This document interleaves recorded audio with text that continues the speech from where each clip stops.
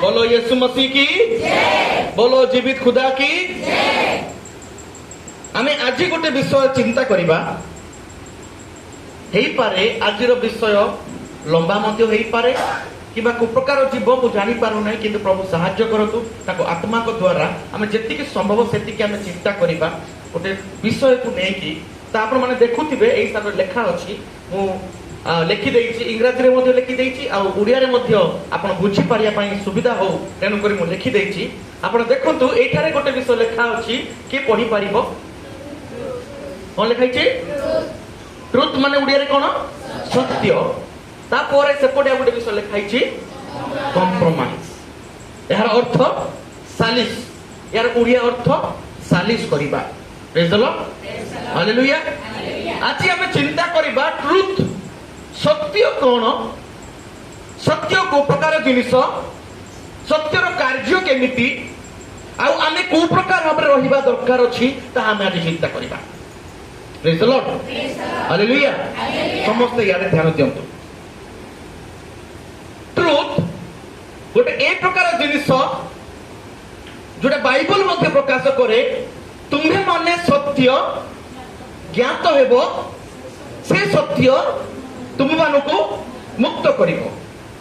यार अर्थ जो माने सत्य ज्ञात हुवंती, जो माने सत्यता जानती, से माने मुक्त होई थांती। यार अर्थ सत्य जानिबा पूर्वरु आमे बंधन रे थिलु, आमे अंधकार रे थिलु, आमे आलुर संधान पाई पारी न थिलु, किंतु जो मुहूर्त रे आमे सत्य कोन जानिलु ता आमानको मुक्त बा स्वतंत्रता करी देई थाए। गोटे बंधन से आमानको मुक्त करि थांती। किंतु आमे आज चिंता करार विषय, आमे आम ख्रीष्टीय जीवन रे, दैनंदिन जीवन रे ए सत्यता जानी मध्य आमे बेले बेले कोन करि थाउ, ए सत्यता सहित आमे कॉम्प्रोमाइज मध्य करि थाउ। आ शैतान मध्य चाहे जे आमे सत्यता जानी मध्य आमे केमिति सत्यता को कॉम्प्रोमाइज करिबा बा सालिस करिबा, आ शैतान रो प्रचेष्टा। आमे समस्त सत्यता जानिछु, सत्य परमेश्वर को जानिछु, जीवित ईश्वर को परिचय पाइछु। आ बेले बेले जानी कि मध्य आमे सालिस हेबा पड़ी थाए। सालिस आमे केते बेले हेई थाउ, हुए तो जन को संतुष्ट करिया पाई, हुए तो जनकर मन को जिणिया पाई, बा हुए तो निज को रक्षा करिया पाई आमे सत्यता जानी सुधा आमे सालिस हेई थाउ। आमे जानी थाउ कोन करिबा कथा, कोन कहिबा कथा, हेले मध्य ता आमे करि न थाउ। आम पाखे भय थाए, एटा कहि देले काले मु अन्य मानक सम्मुख रे अप्रिय हेई जीवी। वेरा आमे सत्यता जानी मध्य थिबा, जानी कि मध्य कॉम्प्रोमाइज करी देइथिबा। किंतु बाइबल प्रकाश करूछि जदि तुमे सत्य जानिलो, जो मोमेंट रु तुमे सत्य जानिलो, यू आर सेपरेटेड, तुमे स्वतंत्र बा तुमे मुक्त, तुमे फ्री हे गलो। आ आज शैतान अनेक लोक मानको बंधन मध्य रखिछि। शैतान चाहे नाही जे लोक माने सत्यता जानंतु बोली। शैतान चाहे नाही जे लोक माने पक्ष रे सुसमाचार रूपक सत्यता पहुंचु। सेति पई से अनेकों को ज्ञान चक्षु अंध करी देइछि। आज अनेक लोक मिथ्या रे अछंती, मिथ्या रे उपासना करूछंती। लोकों को बाटपणे कर दिया जाय अछि, मिथ्या कहि दिया जाय अछि जे अंक जगह परमेश्वर होती, एइटा कले परमेश्वर संतुष्ट होबे, एइटा कले तमर किछ असुविधा नै। वेराज परमेश्वर को वाक्य जे मानकु जोहन तार 8 पर्व 31 से 32 आपण माने पढिबे, लिखा जाए you shall know the truth and the truth will set you free. तुमे सत्य ज्ञात हेबो आ सत्य तुमको कोन करिवो? मुक्त करिवो। सुसमाचार सत्यता, सुसमाचार शक्ति, गॉस्पेल आज जहाँ पाखे पहुंचुची, शैतान चेष्टा करे ताको भ्रांत करे पाई। आ से चाहे नाही जे मु बा आपण होंतु जे भी सत्यता सुनुची, गॉस्पेल सुनुची, ते सेति प्रति विश्वास करू जदि से विश्वास करिवो से जो बंधन रे अछि से मुक्त हेई जीवो ही विल बी फ्री माने से बंधन मुक्त हेबो अंधकारु आलु आडू आसो हेले आम बेले बेले अन्य को संतुष्ट करने जाई आम सत्यता जानी आम कंप्रोमाइज करिथाउ तेणुक मुझे लिखिली truth and when you know the truth तुम सत्य जानिच आ से सत्य को तुम लुचौच अपेक्षा करिकी अन्य को संतुष्ट करने तुम कंप्रोमाइज करुच को माने कंप्रोमाइज करिवे एइटा भी चलिबो आ सेइटा भी चलिबो तुम्हें गरम हेले भी चलिबो तुम्हें उष्ण हेले भी अरे जे गरम नाही कि उष्ण नाही से कोठी अछि मझिरे अछि जे सत्य जानिछि आ अंधकार भी जानिछि आ जे कंप्रोमाइज करूछि से मझिरे अछि से कोई तो परमेश्वर को सेवा करूथिबो जदि से कंप्रोमाइज करूछि ना मनीषर भी सेवा करिबी दुनियार भी सेवा करिबी आ परमेश्वर कर मध्य सेवा करिबी किंतु मो सत्यता जानिछि ए प्रकार सत्य जानिबारे किछि मध्य लाभ नाही मो प्रिय बापा भाई भणी माने रोमियो तार 1 पर्व 16 पदरे साधु पाउल कहउछंती जे मो सुसमाचार प्रचार करिबारे मो लज्जाबद्ध करे नाही किंतु सुसमाचार हेउछि परित्राण पाइबा निमंते यह एक शक्ति होते प्रेज द लॉर्ड हालेलुया सुसमाचार रो शक्ति इट इज अ पावर उत पाई परित्राण पाई साल्वेशन पाई एटा गोटे शक्ति होते जदि सही सत्य को मु आपण जानिचु हेले मध्ये कंप्रोमाइज करूचु ताहले आमे से पावर को लॉस करूचु praise the lord hallelujah hallelujah Gospel is the power for salvation. जोटा कि साधु पाउल आपण माने देखिले रोमियो मंडली को कहउछंती सुसमाचार संबंध रे मु लज्जित हुए नाही आज अनेक लोक माने निचर परिचय देबा पय मध्ये लज्जा बोध करंती ए सुनो कि लज्जा बोध मध्ये करंती जे मु ख्रीष्ट को जाने आ ख्रीष्ट को मु अनुकरण करे ख्रीष्ट मु आई एम ए क्रिश्चियन बोली कहया पय मध्ये लज्जा बोध करंती गहली मध्य निजको यूनिक मु स्वतंत्र बोली कहबा मध्य लज्जाबोध करंती किंतु साधु पाउल कहउछंती मो मध्य जो गॉस्पेल अछि मु ताको प्रचार करे पय मु लज्जाबोध करू नाही बरम ए सत्यता बा ए सुसमाचार एक शक्ति होते परित्राण देबा निमंते hallelujah hallelujah this gospel has the power to transform every individuals प्रत्येक व्यक्ति मान को परित्राण देवा निमंते यह एक शक्ति होते आउ एटा गोटे सत्यता होते अनेक स्थान रे प्रभु यीशु ख्रीष्ट कहंती सत्य सत्य मु तुम को कहउछि सत्य सत्य माने स्पेशल से इंपोर्टेंस दे कि बारंबार को सत्य सत्य मु तुम को कहउछि प्रभु यीशु ख्रीष्ट जगत को आसीथिले सत्यता देखा पाई प्रभु यीशु ख्रीष्ट आसीथिले जगत रे सत्य रे परिचय दे पाई आ से सत्यता हमें जानिछु आ हमर कर्तव्य हमें से सत्यता को स्वीकार करबा दरकार अछि जाय से नहीं हमु के साथ देउ बा न दउ दैट डजंट मैटर किंतु हमें किछि कान पाई बेले बेले हमें कंप्रोमाइज मध्य करि दउछु आउ कोन करे सत्यता जोटा कि जहन लिखित सुसमाचार 17 देखिबे सेठारे प्रभु यीशु ख्रीष्ट महायाजक प्रार्थना करूछंती सेही स्थान रे से कहउछंती कोन कहउछंती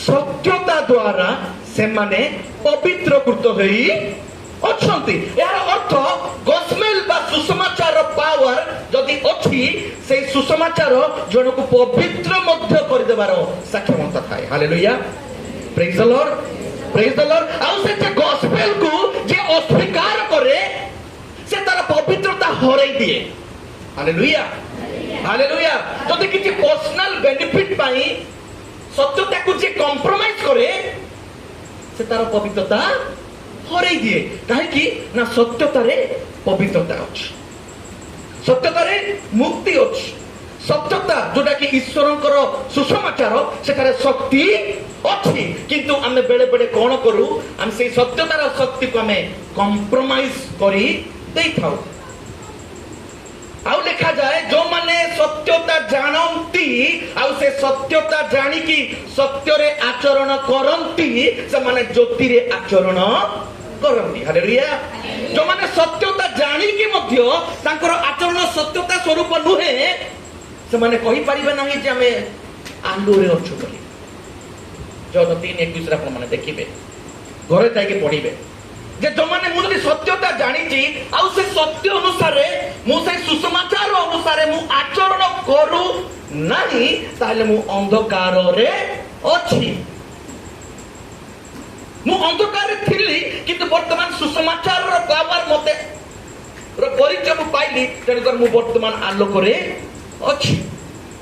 ଆଉ ଯୋଉମାନେ ଅସ୍ୱୀକାର କରନ୍ତି ସେମାନେ ସତ୍ୟତା ଜାଣିଲା ପରେ ଅସ୍ୱୀକାର କରନ୍ତି ସେମାନେ ଆଉ ଥରେ ଅନ୍ଧକାରକୁ ଚାଲି ଯାଆନ୍ତି। କାରଣ ବାକ୍ୟ ଏଠି ପ୍ରକାଶ କରୁଛି ଯେ ଯୋଉମାନେ ସତ୍ୟତା ଜାଣନ୍ତି ଆଉ ଯୋଉମାନେ ଜ୍ୟୋତିରେ ଆଚରଣ କରନ୍ତି ସେମାନେ ଅନ୍ଧକାରକୁ ଦୂରେଇ ଦିଅନ୍ତି। ତ ମୋର ପ୍ରିୟ ବାପା ମା ଭାଇ ଭଉଣୀ ମାନେ ଏଇ ବାକ୍ୟ ଦ୍ୱାରା ମୁଁ ଆପଣ ମାନଙ୍କୁ ମତେ ନିଜକୁ ସମସ୍ତଙ୍କୁ ଏନକରେଜ କରିବା ପାଇଁ ଚାହେଁ ଯଦି ମୁଁ ସତ୍ୟତା ଜାଣିଛି ସୁସମାଚାରର ସତ୍ୟତା ମୁଁ ସେ ଅନୁସାରେ ଆଚରଣ କରିବା ଦରକାର।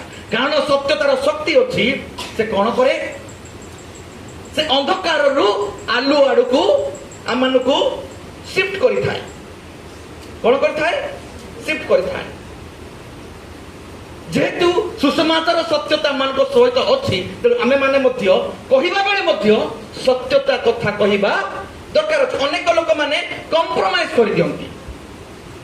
ପିତରକୁ ପଚାରିଲେ ଆରେ ଏ ଲୋକ କଣ ଯୀଶୁଙ୍କ ସହିତ ନଥିଲା କି? ୟାକୁ ତ ଆମେ ଦେଖିଥିଲୁ କେତେ ଜଣ ଚିନି ପକେଇଲେ ନାଇଁ କି? ପିତର କହିଲା କଣ ସେ କିଏ ମୁଁ ଜାଣେ। କମ୍ପ୍ରମାଇଜ କଲା କି ନାହିଁ?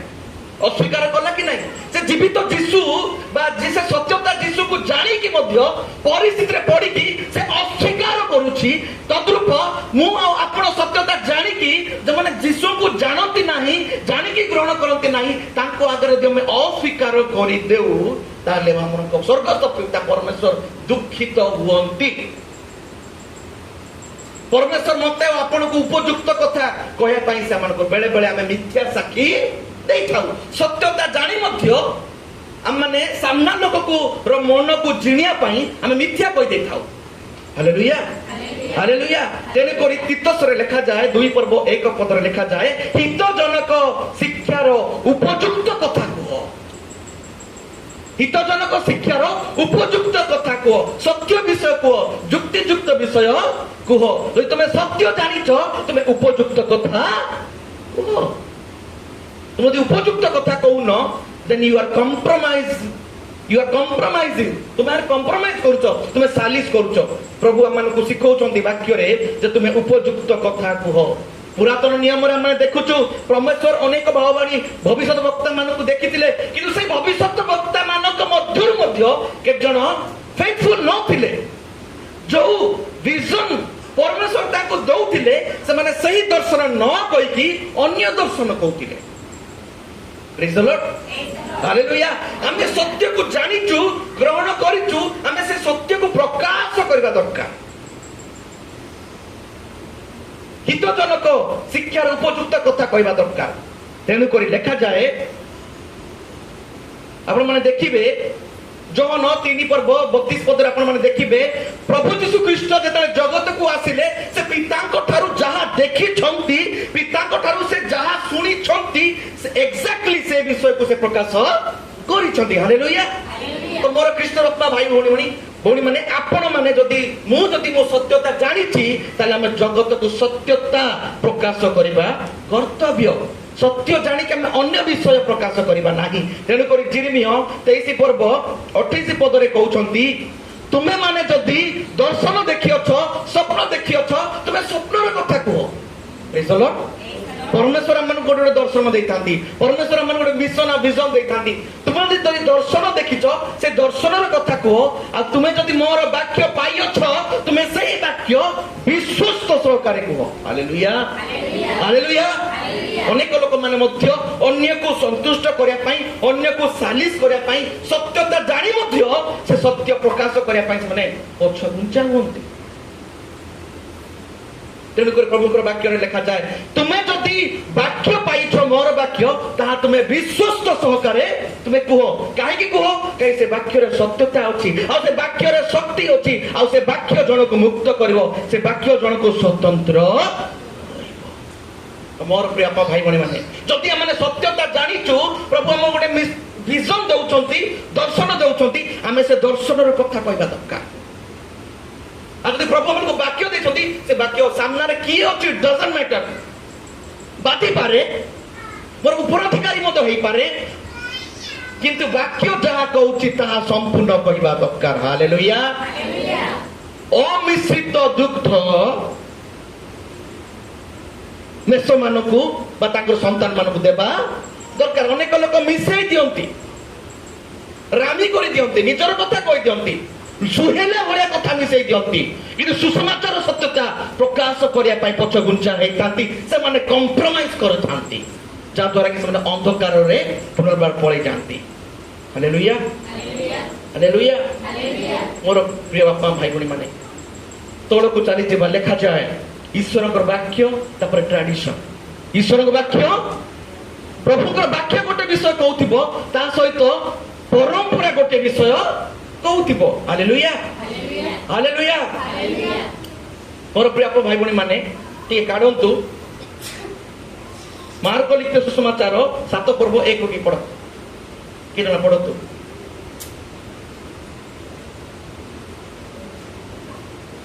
परे फारुसी माने ओ जेरूशलेम रो आसीतिबा केतेक शास्त्री ताहांको निकटरे एकत्र हेले से माने ताहांको शिष्य मानक मध्यरु केतेकंको असुचि अर्थात अधुआ हातरे खाइबार देखिले फारुसी माने ओ समस्त जिहुदी लोक प्राचीन मानक परंपरागत रीतिनीति पालन करी भल रूपे हाथ न धोइले भोजन करंती नाही देखो प्राचीन मानक परंपरा को शुणिकी तो न धोई खाइबे नहीं प्राचीन माने गोटे शिक्षा दउछंती गोटे परंपरा बा ट्रेडिशन दउछंती आ से ट्रेडिशन को सन फॉलो करी आछुछंती हां पढो पुनी हाट बाजार रो आसी निज निज ऊपर पानी न छिंचिले खांती नाही हां आउ गिना ओ ढाळ ओ पितळर पात्र गुडी को पानी रे बुडाई धोइबा इत्यादि अन्य अनेक रीतिनीति पालन करबा निमंते से माने आदेश प्राप्त होई अछंती एनो फारुसी माने ओ शास्त्री माने ताहांको पचारिले आपनकर शिष्य माने प्राचीन मानकर परंपरागत रीतिनीति अनुसार काहे कि आचरण न करी देखंतु एटी साधु की फारुसी माने प्रभु यीशु कृष्ण को प्रश्न करछंती जे तुमरो शिष्य माने काहे कि आगुर जुटा अछि काहेडा एस्तर माने आगुर जुटा में करी करी आसुचु सेगुरा को काहे फॉलो करू नांती पढो यीशु सेमाननको कहिले रे कपटी माने जिसाय तुम्भमाननको विषय रे यथार्थ रूपे भाववाणी कहि अछंती जेपरि लेखा अछि एही जाति मुखरे आंबको समादर करंती किंतु सेमानको हृदय आंबटारु दूर रे थाए देखंतु एही स्थान रे परमेश्वर को संतुष्ट करे पई हेले से माने भाबुतिले रीतिनीति पालिबा द्वारा हाथ धुई की करबा द्वारा प्रभु संतुष्ट हेबे किंतु से माने परंपरा संतुष्ट करूथिले किंतु ईश्वर को हृदय को चिति पारु नथिले परंपरा पालिबा द्वारा हुए तो समाज खुशी हेबो परंपरा पालिबा द्वारा हुए तो पूर्व पुरुष काहेडा लोक माने खुशी हेई पारंती किंतु प्रभु को ता फरक पड़े नहीं किंतु अनेक ना एटा न करले हेबो नहीं बोली से माने निज निजर सत्यता होई थांती हालेलुया प्रेज द लॉर्ड एई थारे प्रभु यीशु ख्रीष्ट जानिले से माने तो परंपरा पाळु छंती कि ताकर हृदय मते अलाउ करू नाहांती तेनु करी यीशु कहले रे कपटी बोली से कहउछ तुम पई तो लेखाइतला से माने मते प्रभु प्रभु बोली मुख रे डाकती कि ताकर हृदय मोठारू दूर थाए पड़ो से माने मनुष्य मानकर विधि विधान को धर्मर उपदेश बाणी हां कोठिर उपदेश बाणी बेबे चली ना मनुष्य मानकर उपदेश को धर्मर उपदेश बाणी बोली भाबी थाओ Praise the Lord. रीतिनीति परंपरा नियम को आमे धर्मर उपदेश बाणी भाबी थाउ आमे भाबी थाउ ए ट्रेडिशन फॉलो कले आमे ईश्वर को संतुष्ट करिबा हाथ धुईटी खाइबा ठारू हृदय सफा करबा गुरुत्वपूर्ण हालेलुया हालेलुया जदि हम हृदय मधे कपड़टा भर्ती हेछि किंतु हाथ धुईटी आमे खाउतिबा होय तो समाज को संतुष्ट करतिबा समाज होय तो खुशी हेबो नाही एम परंपरा बजाय रखिछि किंतु ता ईश्वर को फरक पड़े ना ईश्वर हृदय देखती प्रेज द लॉर्ड तेणु लिखा जाए कौन मनुष्यर हृदय जहा बाहरे ताहा असुचि करिथाए प्रेज द लॉर्ड हृदय जोटा बाहरे ताहा असुचि करिथाए एटा गोटे सत्यता म देखंतु ऊपर माने अनेक समय सत्यता सहित ट्रेडिशन परंपरा आमे सबले कंफ्यूज देखा युद्ध गोटे कॉन्फ्लिक्ट हेता प्रिय माने से कंप्लीट करो धर्मर उपदेश बाणी बोली शिक्षा देई आठु जाय पढो हां वृथारे आम्बर आराधना करंती वृथारे आराधना करंती धर्मर एटा आगरु हेछि एटा करले प्रभु संतुष्ट होबे बोली वृथारे आराधना करंती आज आमे मध्य मनुष्य द्वारा आमे अनेक नियम करिछु बहुत नियम चौथरे नियम बाहर नियम बहुत नियम करिछु आ ए नियम द्वारा हुए तो जे नियम करिछि कमिटी से माने संतुष्ट होई थाई पारंती किंतु जो परमेश्वर को मु आपण सेवा करूछु जे कि हृदय देखुछंती ताकू किछि फरक पड़े नाही आठ जाय पड़लो पड़ो तुम्हे माने ईश्वर को आज्ञा परित्याग करी ईश्वर को आज्ञा परित्याग करी मनुष्य मानक परंपरागत रीतिनीति धरि बसी अछ मन ईश्वर को परित्याग करी तुमे काको धरिछो ईश्वर पवित्रता ईश्वर सत्यता को परित्याग कर तुम क्या धरिच मनुष्यर परंपरा धरिच अनेक स्थान मनकर कौन स्थान मरण हो जाए नौका थे घरे पसैबे नहीं एटा कोटिकार नियम कमन कहतु आम कहीं सफा ही था गाधे था अपरिष्कार कि कोटी कांति कौन से किंतु परंपरा हो जाए आम भावुचु ना ये परंपरा मानिले प्रभु संतुष्ट हेबे थिला पुरातन नियम से परंपरा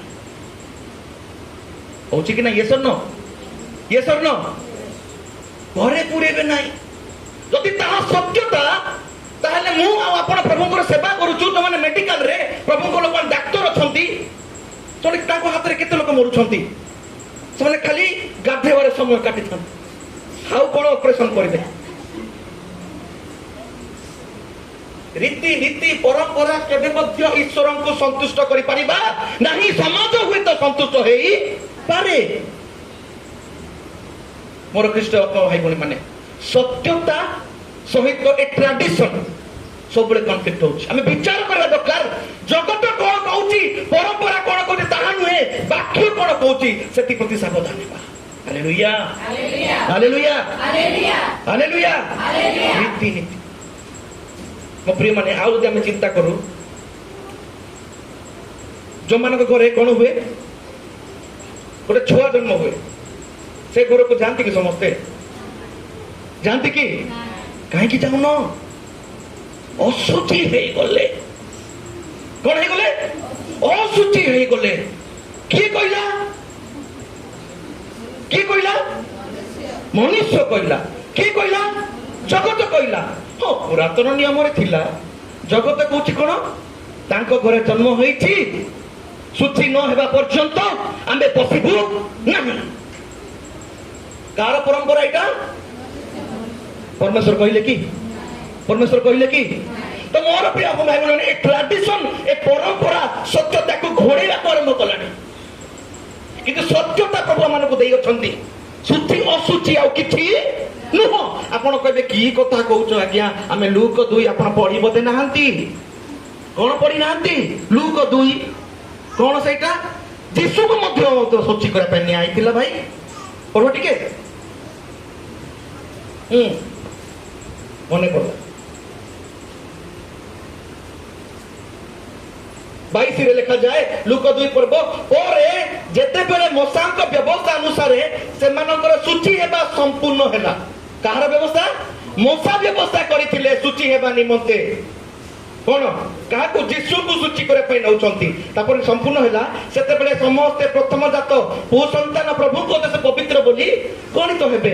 ଥିଲା ସେତିକି ଯାଏ ନିୟମ ଥିଲା, କିନ୍ତୁ ମୁଁ ଆଉ ଆପଣ କାହାର ଅଧୀନ? କାହାର ଅଧୀନ? ଏପଟେ ଲେଖା ହଉଛି ବାକ୍ୟରେ, କଣ ଲେଖା ହେଇଛି 128 ଦେଖ ସନ୍ତାନ ମାନେ ଈଶ୍ୱରଙ୍କ ଦତ୍ତ ଅଧିକାର ପୁରସ୍କାର, ସେ ପୁଣି ଜନ୍ମ ହେଲେ ଅଶୁଚି ହଉଛି। ଯୀଶୁ ନିୟମ ଦେଲେ କି ଆସିକି କିଏ ଦେଲା? ତ ପରମେଶ୍ୱରଙ୍କର ବାକ୍ୟରେ ଆମେ ଦେଖୁଛୁ ଯେ ଜଗତର ରୀତିନୀତି ଆମେ ଯଦି ମାନିବା ପ୍ରଭୁ ସନ୍ତୁଷ୍ଟ। ଏ ରୀତିନୀତି କେତେ ମାନିବା? ଏ ରୀତିନୀତି ମାନି ପାରିଲୁନୁ ବୋଲି ଆମେ ସନ୍ତୁଷ୍ଟ ହେଇପାରିଲେ ନାହିଁ। ତେଣୁକରି ସେ ତାଙ୍କର ଯଥା ସମୟରେ ତାଙ୍କ ପ୍ରିୟ ପୁତ୍ରଙ୍କୁ ଜଗତକୁ ପଠେଇଲେ। ସେ ବ୍ୟବସ୍ଥାର ଅଧୀନ ହୋଇ ସେ ବ୍ୟବସ୍ଥାକୁ ସଫଳ କରି ସମାପ୍ତ କରିଦେଲେ। କଣ କରିଦେଲେ? ସେଥିପାଇଁ ସେ କହିଲେ ମୁଁ ବ୍ୟବସ୍ଥାକୁ ସଫଳ କରିବା ପାଇଁ ଆସିଅଛି। Hallelujah, hallelujah. ଦେଖାଯାଏ ରୋମିଓ 10 ପର୍ବ 4 ପଦରେ କଣ ଲେଖା ହେଇଛି?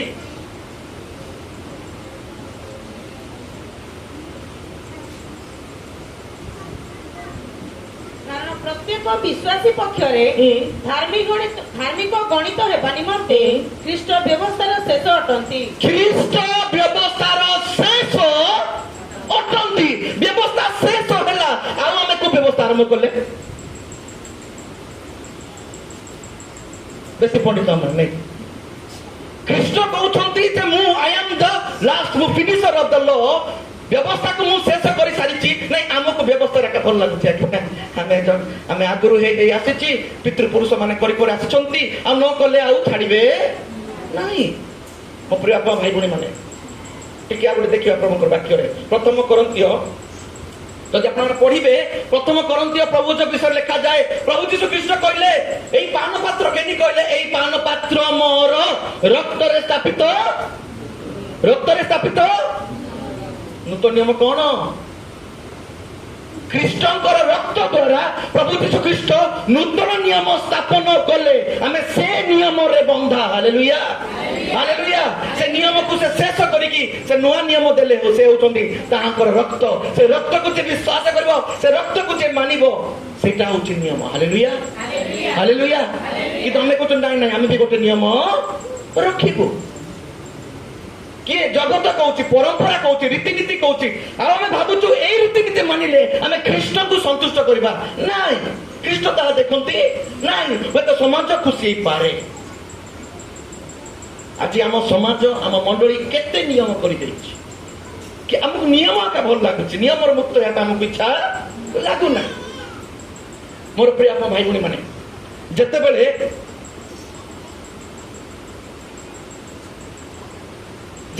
ଆମେ ବିବାହ କାର୍ଯ୍ୟ କରୁ ନା, ଜଗତର ଗୋଟେ ନିୟମ ଅଛି। କଣ ସେଇଟା? ବିବାହ ପୂର୍ବରୁ କଣ କରାଯାଉଛି ଲୋକାଲ ନିୟମରେ? ହଁ କୁହ। ନାଇଁ, ସେଇଟା ଜଗତର ନିୟମ କଥା କହୁଛି। ଟ୍ରାଡିସନ, ପରମ୍ପରା କଣ? ଗୋଟେ ସପ୍ତାହ ପର୍ଯ୍ୟନ୍ତ ବିଚାରା ଗାଧେଇ ଗୋଟେ ଦିନ ଗାଧେଇବା କେତେ କଷ୍ଟ ମୋ ପାଇଁ। ସେ ବିଚାରା 7 ଦିନ ଯାକ ବୁଲି ଗାଧଉଛି। ସୁସ୍ରା ହଉଥିବ ସିନା, ଏଇ ମୁପା ନ ଗାଧେଇଲେ ରକ୍ଷା ନାହିଁ। ଜଗତ ଛାଡିବ? ନିୟମ କରିଛି କିଏ? ଏତେ ବର୍ଷରୁ ହେଇ ଆସିଛି ଆମ ବାପା ମାନେ, ତା ବାପା ମାନେ କରି ଆସିଛନ୍ତି। କେମିତି ଛାଡିଦେବା? ଜଗତର ପରମ୍ପରାକୁ ଉପଦେଶକ ବାଣୀ ଭାବିକି, ଧର୍ମର ବାଣୀ ଭାବିକି ଆମମାନେ ସତ୍ୟକୁ ଜାଣିକି ମଧ୍ୟ, ଆଉ ସେଟା ବି କେମିତି ଗାଧନ୍ତି ଜାଣିଛନ୍ତି? ମୋଟ ଅଧିକ ନାହିଁ, ଆପଣଠୁ ଅଧିକ କିଏ ଆଉ ଜାଣିଥିବ? ଗୋଟେ କଳସ କଣ ରଖାଇଥିବ, ସେଠି ପାଣି ଥିବ, ଆଉ ସେ ପାଣିକୁ ପବିତ୍ର କରିବା ପାଇଁ ହଳଦୀ ଥିବ। ସେ ପାଣି ଯଥେଷ୍ଟ ନୁହଁ ପବିତ୍ର ହେବା ପାଇଁ। ଆଉ ସେଟା ଭଲ ଦିଶିବ କି? ତାକୁ ଆଉ ଭଲ ଦିଶିବା ପାଇଁ ଆମ୍ବ ପତ୍ର ରଖିଦେବା। ଯାଇ ଆସେ ନାହିଁ, ଆମେ ସତ୍ୟ ଜାଣୁ ବା ନ ଜାଣୁ। এইটা ବି ଜାଣିଛୁ ଆଜ୍ଞା, ସେଇଟା ବି ଜାଣିଛୁ। এইটা ଛାଡ଼ିଲେ ଦୁନିଆ ଛାଡ଼ିବ ନାହିଁ, এইটা ବନ୍ଦ କଲେ ସମାଜ ଛାଡ଼ିବ ନାହିଁ। ପରମ୍ପରା ତ କରି ଆସିଛୁ। ତୁ ଏବେ ଲୁକି ଆମେ କେତେ କେତେ କରି କରି ଆସିଛୁ, କିନ୍ତୁ ଇଆଡେ ଆମେ ସତ୍ୟ ଜାଣିଛୁ, ଆଉ ତାହା କରିବା ଦ୍ୱାରା ଆମେ ସତ୍ୟ ଜାଣିକି ମଧ୍ୟ ଆମେ କମ୍ପ୍ରମାଇଜ କରୁଛୁ। ନ କଲେ ରକ୍ଷା ନାହିଁ। ମୁଁ ଆଉ ଆପଣ ପ୍ରଭୁକୁ ଜାଣିଲା ପରେ ସେ ଆମ୍ବ ପତ୍ର ସେ ହଳଦୀର କଣ ଆବଶ୍ୟକତା ଭାଇ? ଆବଶ୍ୟକ ଅଛି କି? ଯିଏ କଲ 36 ପର୍ବରେ 25 ପଦରେ ପରମେଶ୍ୱର ବାକ୍ୟ ଲେଖାଯାଏ, ମୁଁ ତୁମ ଉପରେ ଆପଣ ଶୁଚି ଜଳ ସିଞ୍ଚିବା, ଆଉ ତୁମେ ଆପଣ ସମସ୍ତ ସକଳ ପ୍ରତିମାଙ୍କର ଠାରୁ ତୁମେ ଶୁଚି ହେବ। ଶୁଚି ଜଳ, ସେଇଠି ତ ଲେଖା ହେଇନି ହଳଦୀ ପାଣି ଛିଞ୍ଚିବା, ଲେଖା ହେଇଛି କି? କିନ୍ତୁ ଟ୍ରାଡିସନ ଅଛି, ପରମ୍ପରା ଅଛି, ନ ମାନିଲେ ଚଳିବ। ଆଉ ସେଇଟା ମାନିବା ଦ୍ୱାରା ଅନ୍ୟ ମାନଙ୍କ କଣ ଇନଫର୍ମେସନ ଯାଉଛି? ଆମକୁ ଦରକାର ନାହିଁ। ଆମକୁ ପରମ୍ପରା ମାନିଲେ ଆମେ ତିଷ୍ଠିବା, ଜଗତରେ ତିଷ୍ଠିବା। ହାଲେଲୁୟା, ପ୍ରେଜ୍ ଦ ଲର୍ଡ। ସୋ ବି କେୟାରଫୁଲ। ଆମେ ପରମ୍ପରା ମାନିବା ଠିକ ଅଛି, କିନ୍ତୁ ଏ ପରମ୍ପରା ମାନିବା ଦ୍ୱାରା ଆମ ବିଶ୍ୱାସ ଦୁର୍ବଳ ନ ହେଇ ଯାଉ। ତ ପରମ୍ପରା ରୀତିନୀତି କେ ମଧ୍ୟ ଈଶ୍ୱରଙ୍କୁ ସନ୍ତୁଷ୍ଟ କରିପାରିବ ନାହିଁ। ଆଉ ମଧ୍ୟ କହିବି, ଯେତେବେଳେ ପ୍ରଭୁଜ ଦିଆଯାଏ ସେ ସମୟରେ ପ୍ରଭୁଙ୍କର ବାକ୍ୟର ପ୍ରଭୁଙ୍କ ଦାସ କୁହନ୍ତି, ଯୋଉମାନେ ଅଯୋଗ୍ୟ ଭାବରେ ଏ ରୁଟି ଭୋଜନ କରେ କିମ୍ବା ଏଇ ପାନପତ୍ରରୁ ପାନ କରେ ସେମାନେ ରକ୍ତଦାୟୀ ହେବେ। ସେ ସମୟରେ ଗୋଟେ ଝିଅ ଉଠି ପଡିବ ଆଉ ପଳେଇଯିବ ଘରକୁ, କିମ୍ବା ଚର୍ଚ୍ଚକୁ ବି ଆସିବନି। କଣ ପାଇଁ? ସେ ମାସିକ ଧର୍ମରେ ଥିବ। କୋଉଠି ଥିବ? ଆଲାଉ ଅଛି କି ଭାଇ? ମଣ୍ଡଳୀରେ ଆଲାଉ ଅଛି? କାହିଁକି ଆଲାଉ ଅଛି? କାହିଁକି ନାହିଁ? ସେ ଅଶୁଚି ହେଇଗଲା। କିଏ କହିଲା? ଥିଲା, ନିୟମ ଥିଲା, ଲେବିୟ ବାରରେ ସବୁ ନିୟମ ଥିଲା। ତମକୁ କିଏ କହିଲା ସେ ଅଶୁଚି ହେଲା ବୋଲି? ଆଜ୍ଞା ପାଳକ କହିଦେଲେ, ଆଜ୍ଞା ପ୍ରାଚୀନ କହିଦେଲେ, ଆଜ୍ଞା ଆଗରୁ ଆମେ ଶୁଣି ଶୁଣି ଆସିଛୁ। ସେ ପ୍ରଭୁ ଯୋଉ ମାନେ ଲେଖା, ତୁମେ ସେ ସମୟରେ ପବିତ୍ର ବସ୍ତୁ ଛୁଇଁବ ନାହିଁ କିମ୍ବା ପବିତ୍ର ଜାଗାକୁ ଯିବ ନାହିଁ। ପୁରାତନ ନିୟମରେ ଥିଲା। କିନ୍ତୁ ଯୀଶୁ ଗୋଟେ ନିୟମ, ଯୀଶୁ ଆସିଲା ପରେ ସେ ନିୟମକୁ ପରିବର୍ତ୍ତନ ହେଇକି ଯିଏ ସେ ନିୟମ ଦେଇଥିଲା ସେ ତାହିଁ ସେ ପବିତ୍ର ବସ୍ତୁ ଅର୍ଥାତ ପ୍ରଭୁ ଯୀଶୁ ଖ୍ରୀଷ୍ଟଙ୍କର ଝୁମ୍ପାକୁ ଛୁଇଁକି ସୋ ୱଣ୍ଡରଫୁଲ ମୁକ୍ତ। ଆମେ ମୁକ୍ତ ହେଇଗଲୁ, ଆମେ ସତ୍ୟତା ଜାଣିଲୁ, ହେଲେ ମଧ୍ୟ ନାହିଁ ଅନ୍ଧକାରରେ କାଟିବୁ, ଆମେ ନିୟମ କରିବୁ। କେମିତି ଆସିବ ସେ ଅଶୁଚି ହେଇକି ପବିତ୍ର ବସ୍ତୁ ଛୁଇଁବ? ଏହା ସମ୍ଭବ କି? ନାଇଁ, ସେଇଟା ଚଳିବ ନାହିଁ। କିନ୍ତୁ ଶନିବାର ପର୍ଯ୍ୟନ୍ତ ବ୍ୟଭିଚାର ଥିବା ଲୋକ, ମଦ ପିଇବା ଲୋକ, ମିଛ କହୁଥିବା ଲୋକ ଖାଇଦେଲେ ସେ ସ୍ୱର୍ଗକୁ ଯିବ ସିନା, କିନ୍ତୁ ଯେ ମାସିକ ଋତୁସ୍ରାବରେ ଥିବ ସେ କିନ୍ତୁ ପବିତ୍ର ବସ୍ତୁ ଛୁଇଁବ ନାହିଁ। ଏଇଟା ଆମେ ନିୟମ କରିଦେଇଛୁ। এইটা কলে সে দণ্ডিত হব। ହେବ କି? ହେବ କି? କାହିଁକି ହେବ ନାହିଁ? ନିୟମ ବା ଅଛି। କିଏ ଦେଇଛି ନିୟମ? ମନୁଷ୍ୟ। ତ ମନୁଷ୍ୟର ରୀତିନୀତି ପରମ୍ପରା ମିଥ୍ୟା ତମେ ବ୍ୟବହାର କରିକି ବିଶ୍ୱାସ କରିକି ଆମେ ସତ୍ୟକୁ ଅସ୍ୱୀକାର କରିବା ନାହିଁ। ଏମିତି ଅନେକ ନିୟମ ମାନେ କରିଦେଇଛୁ ପ୍ରିୟମାନେ। ହାଲେଲୁୟା, ପ୍ରେଜ୍ ଦ ଲର୍ଡ। ଆ ମଧ୍ୟ କହିବି କି? ଭଲ ଲାଗୁଛି? Okay, very good. ମୁକ୍ତ ହଉଛନ୍ତି ନାଇଁ କି? ତ ଦେଖନ୍ତୁ ପ୍ରଭୁଙ୍କର ବାକ୍ୟରେ ଲେଖା ହେଇଛି ତୁମେ କୌଣସି ପବିତ୍ର ବସ୍ତୁ ଛୁଇଁବ ନାହିଁ। ଆଉ ସେତେବେଳେ ମଧ୍ୟ ଥିଲା ସେ ସ୍ତ୍ରୀ ଲୋକଟି କେତେ ବର୍ଷ କଷ୍ଟ ପାଉଥିଲା? 12 ବର୍ଷ। ସବୁଆଡେ ବୁଲିକି ହାଲିଆ ହେଇଗଲା, କେହି ରକ୍ଷା କରିପାରିଲେ ନାହିଁ। ଆଉ ସେ ଯୀଶୁଙ୍କୁ ଦେଖିବା ପାଇଁ ଚାହୁଁଥିଲା, ଛୁଇଁବା ପାଇଁ ଚାହୁଁଥିଲା। ସେ ସମୟରେ ମଧ୍ୟ ସମାଜ ତାକୁ ଛୁଇଁବା ପାଇଁ ଦେବ ନାହିଁ, ସେ ଡରିଥିଲା। ସେ ସମୟରେ ମଧ୍ୟ ଥିଲା, ଏବେ ବି ଅଛି। ତା ପାଇଁ ସେପାରେଟ ଘର, ସେ ରୋଷେଇ କରିବ ନାହିଁ, ସେ ବସି ପାରିବ ନାହିଁ। କେତେ ନିୟମ ଲୋଡ କରୁଛ ଭାଇ। ପରମେଶ୍ୱର ଆମକୁ ମୁକ୍ତ କରିବା ପାଇଁ ଆସିଛନ୍ତି। ଆମେ ସତ୍ୟ ଜ୍ଞାତ ହୋଇଛୁ, ସେ ସତ୍ୟ ମୁକ୍ତ କରୁଛି। କିନ୍ତୁ ତମ ସତ୍ୟ ଶୁଣିଲେ ମତେ ବନ୍ଧନ ପରି ଲାଗୁଛି। ଆମେ ଲୋକାଲ ନିୟମ ଅନୁସାରେ କଣ, ସେ ଝିଅ ବାହାରେ ରହିବ, ସେ ଅଶୁଚି ହେଲା। ମୁଁ ହୁଏତ ନାଶ ଜାକି ଥାଇପାରେ, ମୁଁ କିନ୍ତୁ ସୂଚି ଅଛି। ସେ କିନ୍ତୁ ଅଶୁଚି ଅଛି। ସେ ବାଢିଲେ ଖାଇବି ନାହିଁ, ସେ ରାନ୍ଧିଲେ ଖାଇବି ନାହିଁ, ସେ ଘରେ ବସି ପାରିବ ନାହିଁ। କିଏ ନିୟମ କଲା? ତ ଆମେ ସତ୍ୟରେ ଅଛୁ କି ସତ୍ୟ ଜାଣିକି କମ୍ପ୍ରମାଇଜ କରୁଛୁ? ମତେ ରାଗନ୍ତୁ ନାହିଁ ଭାଇ, ହୁଏତ ରାଗ ଲାଗିପାରେ କେତେ ଜଣ ମୋ ଉପରେ। ପ୍ରଭୁଙ୍କର ବାକ୍ୟ ସେ ପ୍ରକାର କରୁଛି। Hallelujah, hallelujah. ତ ଦେଖନ୍ତୁ ସେ ସମୟରେ ସେ ସ୍ତ୍ରୀ ଲୋକ ମଧ୍ୟ ଡରି ସେ କଣ କରୁଛି? ଯୀଶୁଙ୍କୁ ଛୁଇଁବ। ଏତେ ସାହସ ନାଇଁ ତା ଝୁମ୍ପା ହେଲେ ମୁଁ ଟିକେ ଛୁଇଁକି ସୁସ୍ଥ ହେବି। ଯଦି ସାମ୍ନାକୁ ଆସିକି ଛୁଇଁ ଦେବି ଏ ସମାଜ ଛାଡିବ କି? ସାଧୁ କି ଫାରୁ ସେମାନେ ଛାଡିବେ କି? ସେ ତ ବ୍ୟଭିଚାରୀ ସ୍ତ୍ରୀକୁ ଧରିଥିବା ଲୋକକୁ ପଥର ମାରି ଦେବା ପାଇଁ ବାହାରିଥିଲେ, ଏମାନେ ଛାଡିବେ କି?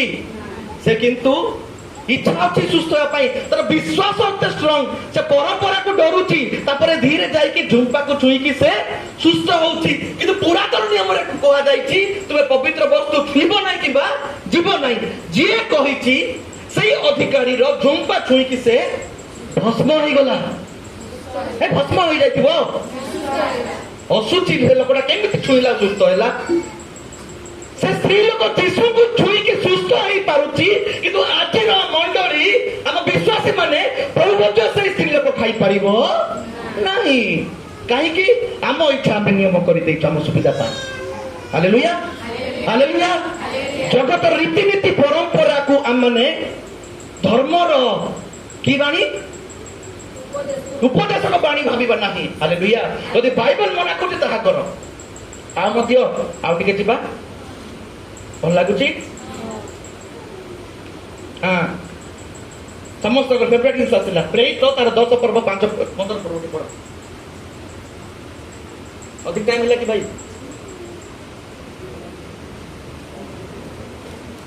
ସରେଇଦେବା। ପୁନଶ୍ଚ ଦ୍ୱିତୀୟ ଥର ତାଙ୍କ ପ୍ରତି ଏହି ବାଣୀ ହେଲା। କଣ ହେଲା? ହଁ, ଈଶ୍ୱର ଯାହା ସୂଚି କରି ଅଛନ୍ତି ତାହା ତୁମେ ଅସୁଚି ବୋଲି ନ କୁହ। ଦେଖନ୍ତୁ ଏଠି ପିତରଙ୍କୁ ଗୋଟେ ସ୍ୱପ୍ନ ଆସୁଛି। କଣ ଆସୁଛି ନା ସେ ଭୋକରେ ଅଛନ୍ତି। ସେ ସମସ୍ତେ ଦର୍ଶନ ପାଉଛନ୍ତି ଯେ ଆକାଶରୁ ଅନେକ ପକ୍ଷୀ, ଅନେକ 4 ପାଦ ବାଲା ପଶୁ ମାନେ ଆସୁଛନ୍ତି। ଆଉ ପରମେଶ୍ୱର କହୁଛନ୍ତି ରେ ପିତର ଗୋଟେ କାମ କରେ, ଏମାନଙ୍କୁ ମାରେ ଆଉ ତୁ ଖାଇଦେ। କିନ୍ତୁ ପିତର ଭାଇ ଭାରି ଭୟାଳୁ, ପୁରାତନ ନିୟମର ଲୋକ। ସେ କଣ ଉତ୍ତର ଦେଇଛନ୍ତି ଟିକେ ଉପରାରେ ପଢ କି ଝିଅ? ପ୍ରଭୁ ପ୍ରଭୁ ମୁଁ କେବେ ହେଲେ କୌଣସି ଅପବିତ୍ର ଓ ଅଶୁଚି ପଦାର୍ଥ ଭୋଜନ କରି ନାହିଁ। ତୁମେ ତ କହିଛ ସେ ନିୟମ, ମୁଁ ଆଜି ପର୍ଯ୍ୟନ୍ତ ଭୋଜନ କରି। ନିୟମ ଥିଲା ତୁମେ 2 ଖୋରା ବିଶିଷ୍ଟ ଖାଇବ। କେତେ ଜଣ ଖାଉଥିବା ଲୋକ ଖୁସି ହେଇଛି ଥିଲା, କୋଉଟା ଖାଇବ କୋଉଟା ନାହିଁ। କିନ୍ତୁ ପ୍ରଭୁ ଯୀଶୁ ଖ୍ରୀଷ୍ଟ ଆସିଲା ପରେ କହୁଛି ଖିଆ ପିଆ ଶୁଚି ଅଶୁଚି ଆଉ କିଛି ନାହିଁ, ସବୁ କିଛି ରହିଲା ହୃଦୟରେ। ହୃଦୟରୁ ଯାହା ବାହାରେ ତାହା ମନୁଷ୍ୟକୁ ଅଶୁଚି କରାଏ। ତାପରେ କଣ ଲେଖା ହେଇଛି? 15ଟା ପଢ। ପୁନଶ୍ଚ ଦ୍ୱିତୀୟ ଥର ତାଙ୍କ ପ୍ରତି ଏହି ବାଣୀ ହେଲା। କୋଉ ବାଣୀ ହେଲା? କିଏ କହୁଛି? ସେଇ ପରମେଶ୍ୱର କହୁଛନ୍ତି ଈଶ୍ୱର ଯାହା ସୂଚି କରିଅଛନ୍ତି ତାହା ତୁମେ ଅଶୁଚି ବୋଲି ନ କୁହ।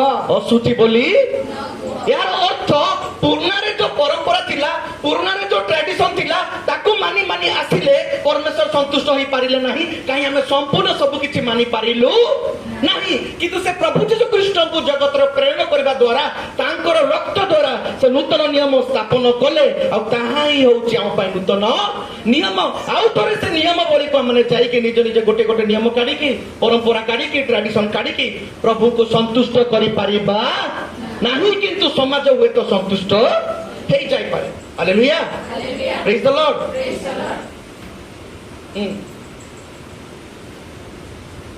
आ गोटे विषय जीवा हुए तो के जन को खुशी मध्य लागी पारे। पढ़िबा टिके गीत संहिता 34 पूर्व 15 पद।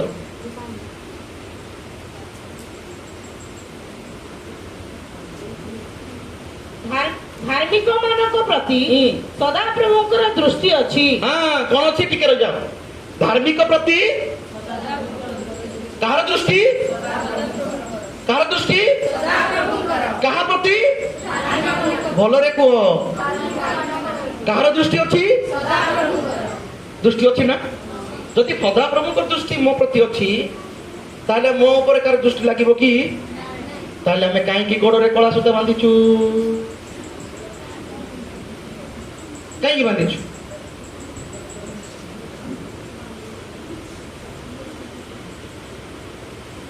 को ठीक है, चेक करो नहीं में। हाँ, कहीं बांधिछु को? हाँ को?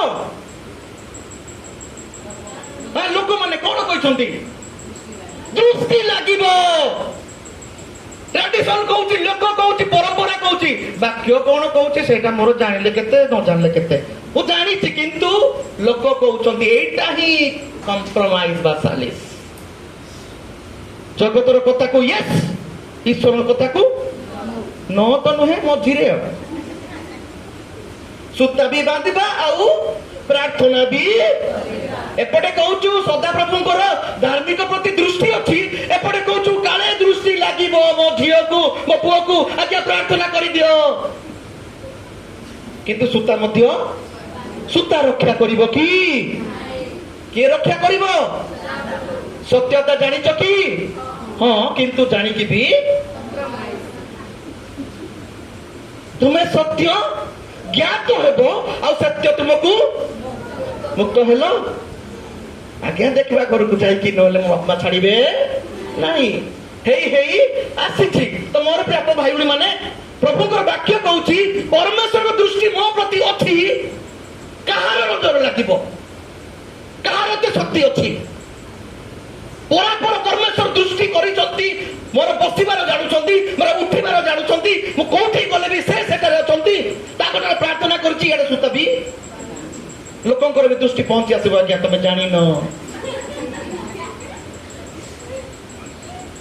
ଆଉ କହିବି ନା ସରେଇ ଦେବା? ଆଉ ଟିକେ ପଛକୁ ଯିବା। ପଛକୁ ମାନେ ଟିକେ ପଛକୁ ଯିବା। ଦେଖନ୍ତୁ, ଯେତେବେଳେ ଗୋଟେ ପରିବାରରେ ଗୋଟେ ପୁଅ କିମ୍ବା ଝିଅ ଜନ୍ମ ହୁଏ, ଏଠି ବଡ ଚନ୍ଦ୍ର, କେତେ ବଡ, କେତେ ବଡ, କୋଉ କଲର? କଳା। ଭିତରେ କେତେ ହ୍ୟାଣ୍ଡସମ୍ ଗୋରା ଜନ୍ମ ହେଇଥିବ। ମା ବାପା ପୁରା ତା ପଛରେ ଲାଗିକି ଏଡେ ବଡ କଳା କରିଦେବେ। ଭାଇ ହସୁଛ କିରେ ପିଲେ? କାହିଁକି କଳା ଲଗଉଛ ଭାଇ? ଆଗରୁ ହେଇଛି ଆଜ୍ଞା, କାहे କି ଭାଇ ନାମ ଆନାଣିକି କି ପିଞ୍ଜରୁ ଆବା କଣ ପାଇଁ? ହଁ, କଣ ପାଇଁ? ନଜର ଲାଗିବ। ତାହେଲେ ଯୋଉଟା ପଢିଲୁ ଆମେ ଗୀତ ସଂହିତା, ତାହେଲେ ମିଥ୍ୟା ଲେଖା ହେଇଛି। କଣ ଲେଖା ହେଇଛି? କଣ ଲେଖା ହେଇଛି? ସେଇଟା ବି ସତ୍ୟ ଆଜ୍ଞା। ଜଗତ କଥା ବି ସତ୍ୟ କି? ଏବେ ପୁରା ପଢିଲୁ। ଜଗତର ନିୟମ ପରମ୍ପରା ସବୁ ଯାକ କଣ? ଧର୍ମର ବାଣୀ ବୋଲି କହିକି ସେମାନେ ଆମକୁ କଣ କରନ୍ତି? ପରମ୍ପରା ବା ଆମମାନଙ୍କୁ ମିଥ୍ୟାରେ ରଖିଛନ୍ତି। Hallelujah, hallelujah. ତ ମୋର ପ୍ରିୟ ଆତ୍ମା ଭାଇ ଭଉଣୀ ମାନେ, ଆମେ କଣ କରୁଛୁ? ଆମେ ବହୁତ କିଛି କରୁଛୁ, କିନ୍ତୁ ତାହା ମାନେ ଭାବି ପାରୁ ନା। କେତେ ଜଣକୁ ଅଣ୍ଟାରେ ମଧ୍ୟ ପୁଅ ମାନଙ୍କୁ ବାନ୍ଧିଥିବେ, ନାଇଁ କି? ବେକରେ ବାନ୍ଧିଥିବେ। ଘରେ ଖୋଜିଲେ 20 ଟଙ୍କା ମିଳିବନି, ଏଇଠି ଥିବ 20 ଟଙ୍କା। ଏ ସବୁ ଜଣକ ପରିବାର ଗଲି, ଆଜ୍ଞା ପ୍ରାର୍ଥନା କରିଦିଅ, ମୋ ପୁଅକୁ ଝିଅକୁ ଅନ୍ଧକାର ଶକ୍ତି ମାଡି ବସିଛି, ଜ୍ୱର ଛାଡୁନାହିଁ, ପ୍ରାର୍ଥନା କରିଦିଅ। ମୁଁ ଯେ ପ୍ରାର୍ଥନା କରୁ, ମୋର ସିଧା ପଡିଲା ନଜର ଏଇଠି। ଏଇଟା କଣ ସେ କଣ ଅମିର ଖାନର ସେ ରିମୋଟ ନା କଣ? ମୁଁ କହିଲି ଭାଇ ଏଇଟା କଣ? ନାଇଁ ଏଇଟା ବି ଆଜ୍ଞା ଗୋଟେ କାମ କରେ ବୋଲି କହିଲା। ନାଇଁ କଣ କାମ କରେ? ଏଇଟା ପାଳି ଜ୍ୱର। କଣ ଏଇଟା? କଣ? ଠିକ ଶୁଣିଛି କି? ସେଇଟା ରକ୍ଷା କରିବ। ଆଉ ଯଦି ତମର ଟଙ୍କା ରକ୍ଷା କରୁଛି, ମତେ କାହିଁକି ଡାକିଲ? ବା ପ୍ରଭୁଙ୍କ ଦାସ ମାନଙ୍କୁ କାହିଁକି? ନାଇଁ ନାଇଁ, ପ୍ରାର୍ଥନା ବି ଚଳିବ, ଏଇଟା ବି ଚଳିବ। ଦେଖିବା କୋଉଟା କାମ କରୁଛି। ଦୁଃଖ ଲାଗେ ପ୍ରିୟ ମାନେ, ଦୁଃଖ ଲାଗେ। ଆମେ ସତ୍ୟତା ଜାଣିଛୁ, ଏପଟେ ପରମ୍ପରା ବି ଧରିବୁ ବୋଲୁଛୁ। ଆମେ ପ୍ରଭୁଙ୍କର ସେବା ବି କରିବୁ, ଜଗତର ପରମ୍ପରା ବି ସେବା କରିବୁ। ନ କଲେ ରକ୍ଷା ନାହିଁ। ଆଉ ଦୁନିଆରେ ମତେ ସ୍ଥାନ ନାହିଁ, ଘରେ ଆଉ ପୁରେଇବେ ନାହିଁ। ଆଜ୍ଞା କି କଥା କରିଦେଲ।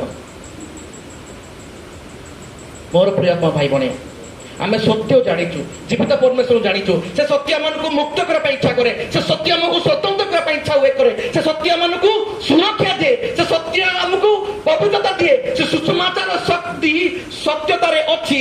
ଆଉ ସେ ସତ୍ୟ ଜାଣିକି ବି ଆମେ ଏଇ ଜିନିଷ କରିଦଉଛୁ, କମ୍ପ୍ରମାଇଜ। କାହିଁକି? ଲମ୍ବା ଶବ୍ଦ। Truth is always truth. ଏଇଠି ବି ସତ୍ୟ, ବୁଧ ଗ୍ରହରେ ବି ସତ୍ୟ, ଶୁକ୍ର ଗ୍ରହରେ ବି, ଶନି ଗ୍ରହରେ ବି, ୟୁରେନ୍ସରେ ବି, ଆଉ ଏ ବ୍ରହ୍ମାଣ୍ଡ ବାହାରେ ମଧ୍ୟ ତାହା ଚେଞ୍ଜ ହେବ ନାହିଁ।